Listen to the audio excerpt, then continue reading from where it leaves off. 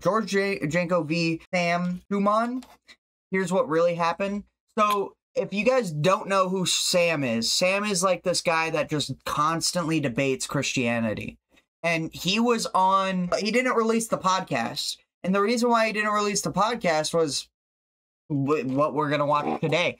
But that guy is a pretty hardcore, like, debater. Like, he's a master debater. And we're going to find out. Let's go. Let's play the video. Any guests that you've had on that you were like, oh, I don't know if like something didn't come out. We're not going to talk about Shamoun, but anything else that like didn't come out or whatever, where you're like, I don't know if I should have did this one, or I don't know, stuff that didn't make it. How about that? Guests you've had on that never came out. Just Sam. Okay. That was the only one. Sam was, I never even talked about it. You know, George, I like George. George Janko, bro, he knows a lot about the Bible.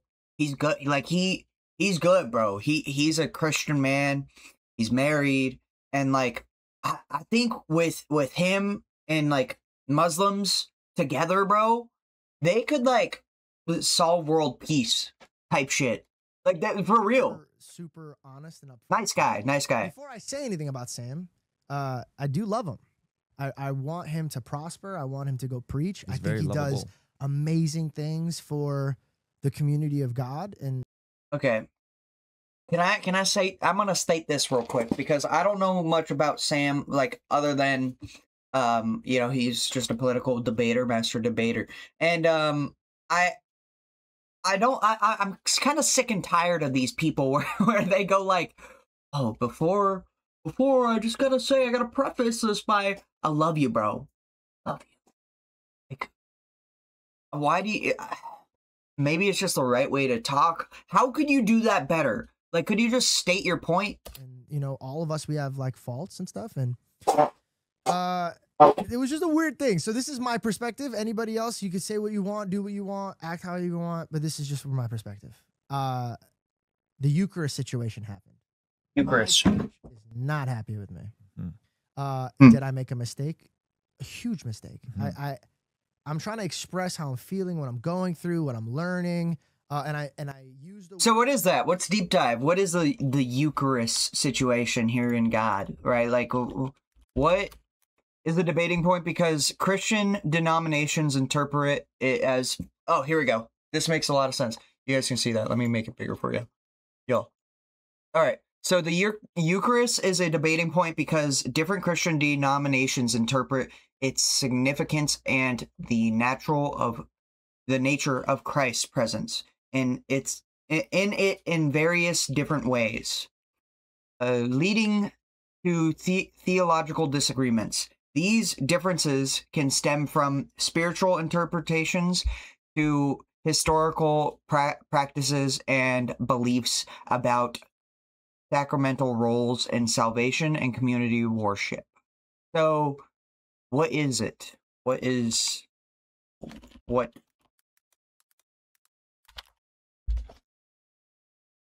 the Eucharist, also known as the Holy Commune or the Lord's Supper, I could be butchering that, sorry for all my Christians out there, is a Christian rite that commemorates the Last Supper of Jesus with his disciples, where he gave them bread and wine as symbols of body and blood. It is considered a sacrament in many Christian denominations, representing spiritual nourishment and special presence of Christ among believers. Okay, gotcha. So it's basically just talking about, you know, wine, the crackers and wine. You know, that's the typical thing you go do. Like, I think of that all the time. I'm like, I'd always be like, why are we eating these crackers, chat? Why are we eating these? Why are we drinking the blood? Because it's, you know, of Christ, and something along those lines. I never deep dove into it. You know, I'm a Christian, but I'm not like a well-versed Christian. I'm still learning. And I think we're all going to be learning until the end of until the end. My church is not happy with me. Did I make a mistake? A huge mistake. I'm trying to express how I'm feeling, what I'm going through, what I'm learning, and I used a word that offended people. Now my heart's broken because I'm like, bro, like these people are like taking it the wrong way. Like that's not what I meant. And, but that one I deserved the smoke for. Like I should have been a little bit more respectful. And to be honest, I'm blessed that I went through that because it gave me a lot of like wisdom to be very, very cautious with my words. You know what I mean? Mm-hmm. Anyways. Okay, I'm gonna pause it here because people are always in the chat and they're like, "No, just play the video, bro. It's a reaction video. I'm gonna give my insight on it. So go watch the actual video. I stated the title at the beginning, but when I was sitting there when I got this fresh cut, the new fresh cut, the fade, the skin fade. I was sitting there and this guy was talking about how he just wants to have a good time on his vacation, and I was like, bro, but you're missing the whole point about traveling. The whole point is if you have a bad experience, then you remember it. You should be seeking those. Like you obviously shouldn't want to go. You don't want to go and get like robbed. And yeah, you want to have a good time to a certain extent. But then he told me this whole story. We were sitting there, chat, and he told me this whole story about how he genuinely had like a good but bad time going through the snowstorm and some lake area. I forget the lake area's the lake area's name, but he went and like he had to wait hours in traffic. There was this thick of snow. He didn't have a jacket, and he remembered all these details because he had a bad time. But then he couldn't tell me one good, like he was like, yeah, you know, then we went to New York and we saw the Statue of Liberty. And that's all he could remember out of that trip. But he could remember every single detail out of the bad. And that's why it's good that you have that's why it's good to have bad and good experiences. Because they balance each other out. They lead to wisdom. And I'm like, God, I want somebody to come and show me in the Bible verses and all that stuff. And so I knew about Sam Shamoun because I would watch his videos online. And I also know about Sam Shamoun because I'm a Syrian, he's a Syrian. And he's local too. Yeah. And this is just me. Shout out to all Syrians out there. Telling you how it is. I don't want anybody to be disrespectful or not disrespectful, like think I'm lying or anything like this. Is just, I promise, this is my perspective. I don't even announce that I'm going to have him because I don't do that. I have the conversation, and if the conversation works out, then I post about it. He posts about it immediately. Hey guys, I'm going on the George Janko show. So I was like, all right, no big deal. You know, like it gets the people excited. Like that's totally fine. I'm excited about it too. And he's such a powerful speaker. Unfortunately, I had like so many people call me and said, hey dude, don't put him on your show. You were one of them. If you want to ask the real questions, you were one of them, and don't put me on like you weren't. You were one of them, and so many other people that are his friends, and I'm not going to be disrespectful and say their names because I'm not in their face, but I'll call you out because you're here. Yeah. But there's so many people. Let me add a little context. No, you don't get this, you peed. This is my time. and then what did I tell you? I said, everybody has a chance to come and show themselves. And I was honest, and you said, dude, that's really cool of you. Yep. Okay. So I invite this guy into my house. So, like, when people bring on these people and they realize, like, oh, don't bring them on. Bro, like, it only makes me want to bring somebody on more. I'm not going to lie. Like, they tell me, oh, don't bring on... Let me just give an example. Don't bring on Trump. Like, I would love that to happen. But don't bring on Trump. It will lead to controversy. Then you're getting... you know, you pull yourself out of this middle ground of having this demographic that's both left and right. Well, bro, I want to know both sides. I want to understand both sides of the spectrum. Like, even if the conversation didn't go good, maybe we argued, maybe we screamed, we had a shouting, like, at least we sat there and practiced what America's about. Within the first few seconds. Exactly what Charlie Kirk did. And I'm just like, on the podcast or just coming into your camera. Home? He was just saying some weird things like, "Oh, look at the money you have, huh?" Yeah, like it was just weird. Like he was just saying some comments, and it was just I already felt like he wasn't there for a good reason. But I'm like, okay, whatever. We'll have the show. We're having this conversation, and he's doing what he's always doing. He's just trying to bulldoze me. And in my opinion, like you're not gonna bulldoze me in my faith. Like if you want to show me your faith, you're not gonna bulldoze me in my home. No, I don't mind that. You could bulldoze me. I'm just saying you're not going to nudge me. Yeah. Like, I'm here to learn. I want to learn from you. I'm not here to debate with you. I don't know. And that's the thing is, like, I've gotten so many of these people lately, chat. Rather it be in Discord or just out in public, like, bro, I don't want to debate you. I don't want to argue with you. I don't want to debate you. And at certain points, I just want to learn. I want to see what your perspective is. I don't want you to be like, oh, we knew that already. We knew that. And let me explain, because people are like, oh, well, you just said you should openly debate, and like that's the point of America. Well, bro, when it's just obviously like you're trying to bulldoze me and you're just trying to do it in like this angry tone of, let me tell you all my feelings and how I feel and not have a civil conversation and sit here and understand my point, I take your point, then it's just kind of like, it's just annoying. It's just annoying when you get those type of people. Oh, we already know this. Or you're sitting there and they're like, hey, what do you guys think about doing this? And then they're like, we're not even there yet.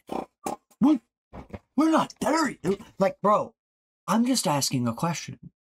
Why can't you be civil about it? Why do you have to go spaz out about it? About the topic.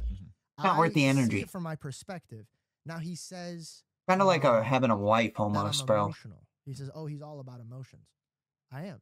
And I base off of everything. Let me state this, because I kind of, what I do in those situations is I just don't put any more energy into the conversation, and they can tell. Like most people, like if you guys want to know the life hack to get around that, don't put any more energy into the conversation. They can tell that you're like fed up with them. They can tell, like, when you just give a one-word response and you're just like, okay, yeah, I understand, man. So anyway, you know, like, that's the manly way to go about it. You're not going to sit there and argue and beat them up and do all that. No. Just, okay. Thing of love and respect. Of course I'm going to be emotional. Now, does that mean I only base everything off of emotion? No. But I would say stuff like, well, what do you think? I'm like, well, I feel about this. And he'd be like, oh, feelings. And he would always cut me off and just never let me speak. So I just sat there for an hour just listening to him. And in his videos, he was saying he was demolishing me. I had Robert there. As soon as he started being disrespectful to Robert, I asked him to leave. Because you could be rude to me. And by the way, he was being rude to me in front of my wife, in front of everybody. I didn't mind it. But he kept calling Robert a fool. And so then I asked him, I said, dude, like, if you think we're fools, which we might be fools. But if you think we're fools, why would you not just explain it to us? Why are you yelling at him and saying mean things to him? And he says, well, no, if he's going to act like a fool, he's going to be a fool. And then I was like, do you think that's how Jesus would want you to preach? Mm-hmm. And then he started telling me that Jesus would cuss people out and do all these things and stuff like that. So he says, if Robert's going to talk, then this conversation's over. And so I said, okay, well, then with all due respect, we're done here. And I shake his hand. As I went to go close my audio thing, it was wiped. Mm-hmm. So he said that we ended the conversation because of the audio thing. Mm-hmm. That was not true. And to be honest, for a man to go preach the word of God and lie like that, that was really weird to me. And then I'm seeing him post thumbnails. I haven't said a word yet because I still respect him and I don't want to disrespect him. I haven't said a word yet, and he's made 5 videos about me. It's absolute, like, that's somebody that you don't want to be around, bro. People just, and like, you'll probably see this in the content space. I'll probably see this if, you know, I pray I get high enough up the food chain in the content creator space and my voice gets, you know, better and better and better. But people just sit around you for clout and then they'll just farm you. They'll just be, remember that one time you were on the Sarah Safari? Like, you guys, let me tell you this right now. You remember when Sneeko and Sarah Safari were hanging out? That was like peak. Everybody was like, that's peak LA, peak LA. I was there helping it become peak LA. Not there on scene, but I was editing videos. I remember I was sitting there. We just posted a Twitter video and they were live. And Sarah Safari looks at her Apple Watch and she sees Sneeko News. Sarah Safari does XYZ.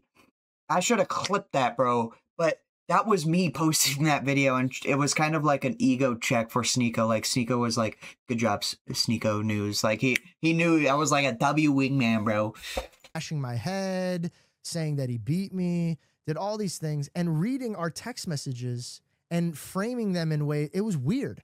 And so I texted him, I said, hey bro, like I don't feel comfortable talking to you. Like you just go, like, it felt like, you know what it felt like? It felt like he wanted to show the world who he was, and he didn't care if I was saved or not. And so I respectfully didn't want to have a conversation. By the way, and not that many people know this, we had times to go and do another one. I asked him, I said, hey, if Robert's bothering you next time, come and we'll just do it on home. But because how he treated me, how he spoke about me, how he spoke about what God is doing in my life, he was going on rants and being so disrespectful. I took a moment and I asked God, I said, God, what do you want me to do here? I asked God, I said, God, how do you want me to like deal with this? Do you want me to retaliate? Do you want me to speak about this? And he did. I think he did a good idea, or he did it best. Like he talked about it months later. He took some time, and you know he's got a pretty good analysis on this. This is how you should do it. In this prayer I'm feeling, he just asked me, do you want his fruits? And I said, there's not a single plant or fruit that man has that I want anything of. Like I want none of it. Like he doesn't seem happy. He doesn't seem like he has love in his life. Every single person that he works with called me and apologized. All of the people that he did rooms with, I'm not going to mention, obviously. I'll mention you because you're in this room. Many people try to get me not to work with this guy, but I try to work with him because I love and I respect everybody. And I want to have a conversation with everybody. I love that. Absolutely love that. I will have him back on the show. I will say this out loud. I will have him back on the show. I would love to have a conversation with him. But he has to come with respect. There's no reason to come with that much disrespect. Even if me and you don't see eye to eye, there's no reason for you to call me words or say stuff about mothers or go eat vomit, or these are not, like when I'm talking to Cliff, when I'm talking to Robert, I want to be like them. I see their wives and their kids and their fruitfulness. I see how happy or how healthy they are, how they're running to their neighbors, how they're loving. That's who I want to be like. When I was with him, it was the only time in my life where I was begging God for this to be done. I was like, I don't want to be here anymore. I felt like I couldn't breathe around him. So I tried to have a really healthy, proper conversation. And like, I've seen this with a lot of other Christians. I'm not gonna lie, because I went to church with some buddies a while ago, maybe about a year now, and you know, I could tell like they kind of are on this little like weird side of it. They're on this like weird side where they're constantly talking about you know, the flat earth theory, and they're constantly talking about how you know, God actually says the earth's flat right here, or something along those lines. It was just like, and like they were reading forums online constantly, bro. And you know, with love, I didn't, you know, I didn't say, oh bro, like I didn't say to them like, this is stupid. I didn't. No, I just thought it was like, you're so far into this belief, you're not willing to take the other end of the spectrum. Like, what if we just listen to it, take the feedback, improve? And that's what I do always. I always ask, if I meet somebody new, or if I'm talking to somebody, or if I'm doing something new, if I'm playing the game and I'm like trying to get competitive at it, or if I'm doing X, Y, Z, I always ask, hey, what can I do better? If you want to end something gracefully and you want to seem like a professional and you care about the quality of your speaking, hey, what can I do better? Show me who's boss and hammer on me the things of, and it was just didn't feel like it was holy. You know what I mean? Yeah. It felt like Pharisees. Yeah. Yeah.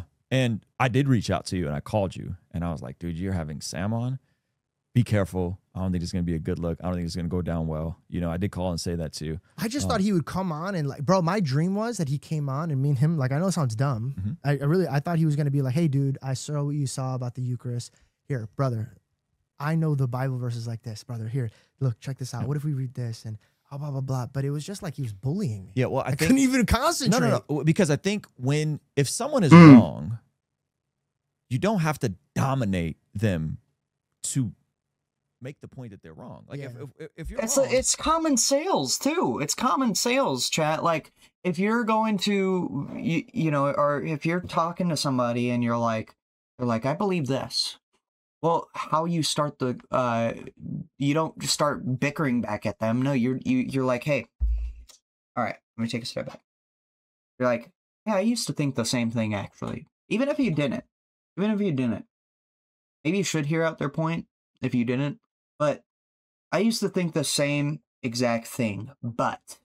And then go into what you believe. That could be communicated with the fruit of the Spirit. And I think as Bible people, we view the fruit of the Spirit, kindness, gentleness, right? Self-control. Like, these are high virtues. The reason why I didn't invite him back in my house is because he kept talking about my wife, bro. And it really bothered me. Yeah, that was... He said, your wife's going to leave you. Your wife's going to leave you. And I was like, bro, well, you don't know me. Yeah. How could you speak to me this way? You don't know me. He said that about multiple creators. He said that about a guy named Jay Dyer. He's crashed out so much after that that I think like people, because people are in my comment section. Tell George to release the footage. Tell George to release that. And I'm like, wait a minute. First of all, I can't tell George. George is a grown man. Like I can't tell George. I didn't to have do any anything. footage to release. Like and I promised. Like when the audio crashed, I didn't fight it because I thought God wasn't pleased with it. Yeah. So like that's never happened in my life. But also it's like, bro, I'm not here trying to prove it to anybody. Like God knows my heart. Yeah. Eventually the truth is gonna come out. Yeah. Like eventually God's gonna show the fruits of people's labor. Yeah. And so like I've been here before, bro. Yeah. Yeah. I've been where they used to cut up footage and make me look like something I'm not. Mm-hmm. And God took me out of that. Mm-hmm. So again, like I'm not trying to come after Sam. I pray for him. I want him to prosper. I want him to be good. Like my dream is... And that's all you can wish for. I think that we can land that plane there. I think that, you know, either which way, Sam should go back on respectfully. And we should look a little bit more into Sam, and we can like analyze him. But I think George is a good guy. I think George has a good heart. He definitely didn't fake that the audio thing happened. For sure.